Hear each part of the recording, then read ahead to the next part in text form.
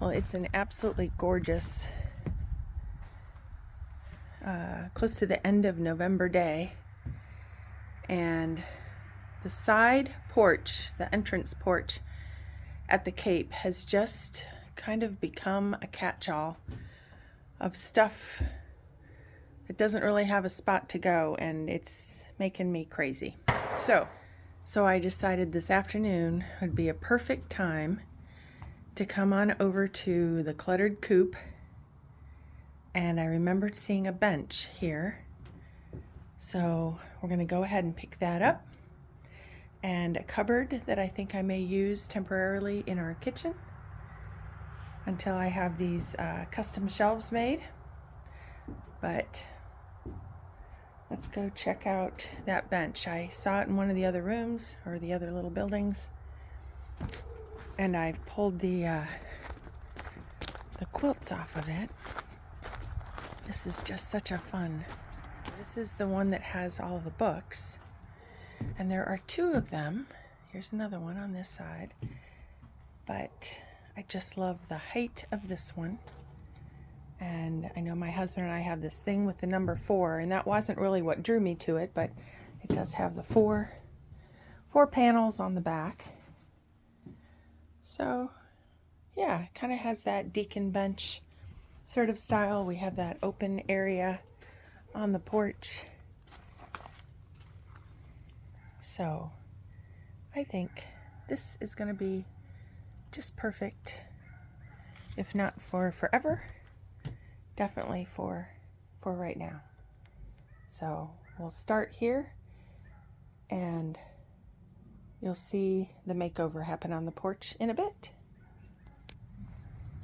Okay, Prim friends, so it's later in the afternoon, and I had to take a little break because the end of the Browns football game was on, and we beat Pittsburgh.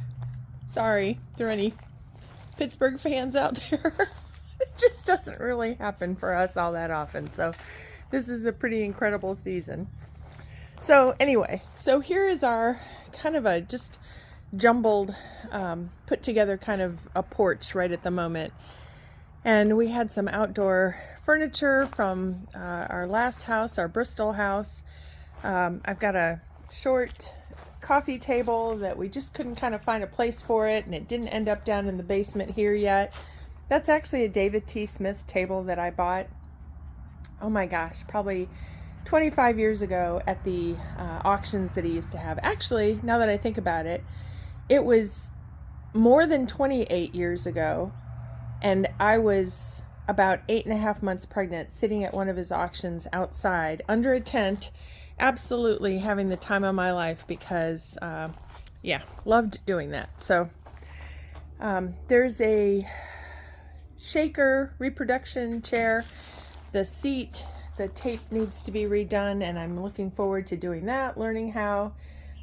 Probably will be figuring out how to do that here over the next couple of months, and we'll do a video as I kind of work myself through that process. But anyway, it's just a jumble of things, and it's just not right.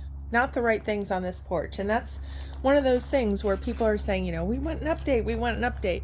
Well, you'll get updates, but this house has its own unique architecture and areas, and it's just calling for some unique and different things. So I've got some new to me concrete benches that I found at an estate sale a couple months ago. So those will be put out here. One's got the wider part down on the bottom, and the other is at the top. So we'll have to get that set properly. I'm wondering if concrete pieces like this should be outside during the wintertime, or if they should be brought in somewhere. Does the cold and the ice and the snow affect them? So if anybody has any suggestions for me, please let me know. All right, so I'm going to set the camera down. I'm going to clear off the porch, and I'm going to bring the bench in. And actually, I have another table that I'm going to be picking up. So this is going to be a work in progress, and we will just kind of do it a bit at a time and put the porch together here for for the winter season.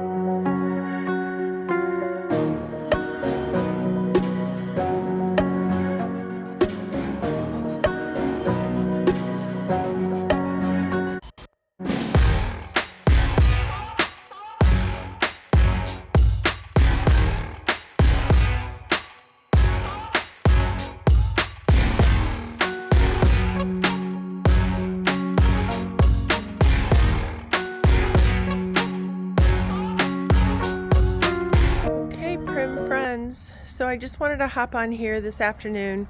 It's been a couple of days since I started this project, and it's really just a video right now about the foundation pieces, those kind of things that you can layer with and layer on top of to get the various season looks that you're after. Here is the table that I picked up earlier this week at the Cluttered Coop. If you watch our videos, you may have noticed it was one that I really admired in their the part of the shop where you pay. It had that beautiful big drawer on the one side, and I absolutely love it. The chairs were ones that I had in my shop, and they have these, I think I might have described them as hideous, mustard gold vinyl seats on them. But if you have priced out foam seats lately, you'll realize just how expensive that is. And what I'm going to do, as soon as the weather warms up enough, now here we are close to the end of November, we've just passed Thanksgiving, I will be spray painting these metal chairs in a bronze black, and then I will cover these foam seats with the Bemis feed sacks. And it's really easy to do if you have a really heavy duty upholstery staple gun. Just cut that section out, wrap it, staple it, and I'll do that video for that as well. So again, here's this shaker rocker. I'm going to get that painted as well. And tell me in the comments, if you could, what color do you think I should buy the tape for that seat? Goodness, as many times as I swept the porch off, you can see the leaves already here, the rest of them falling. The fun thing about these foundation pieces is that with a little bit of color, with a little bit of greens, with some various things, you can change it for all of the seasons. So right now I have this early blue calico and stripe quilt on the back, but my goal is to be finding a red and white, red, white, and green quilt in the next couple of weeks to have that all decked for the Christmas season. So that's what I will be looking for. And then just as a kind of a suggestion or maybe a little tip, the wreath is a very simple vine type wreath with some of the white berries or cream color berries and then pine cones, but So it's right now kind of season generic. But as the season goes on and we get closer to Christmas, I plan to hang some little red wool mittens from that, and maybe some little red berries or something like that. And so you can add pieces, add layers to something that you start with instead of having to get a whole new wreath. The other thing I was thinking even about putting there is this little lightweight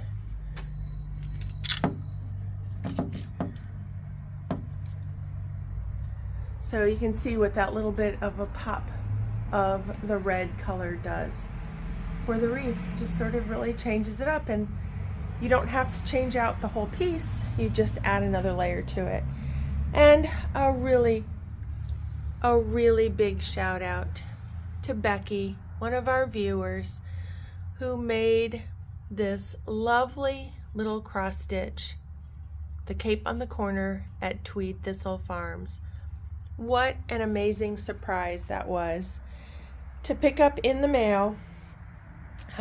Working hard at getting hubby recuperated from his hip surgery, and he's doing amazing, by the way. He's actually, after he was cleared by the doctor, just 2.5 weeks after surgery, he was on the zero-turn mower for a short time. So he's doing really, really well.